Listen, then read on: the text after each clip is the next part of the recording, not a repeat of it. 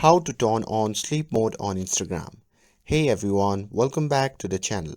So, if you want to enable sleep mode on Instagram to limit notifications during certain hours, I'll walk you through the steps. So, now without further ado, let's get started. So, first thing first, open the Instagram app on your phone and make sure that you're logged in to your account. Now, once you are inside the app, simply tap on your profile icon shown in the bottom right corner of the screen. And once you are in your profile section, simply tap on the three dash icon shown in the top right corner of the screen.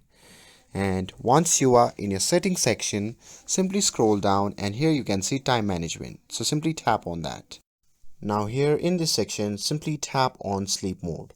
And now here in this section, you can see the sleep mode. So simply toggle on that option, and after that you can choose which days you want it to be active. And once you have selected the days, you can set your preferred start and end time. For example, I will set it to 10 p.m. to 7 a.m. And after that you can simply tap on save and you are good to go. And that's all there is to it. With this, if you found this video helpful, then don't forget to like, share and subscribe to get updated for more videos. Thanks for watching and I'll see you in the next video.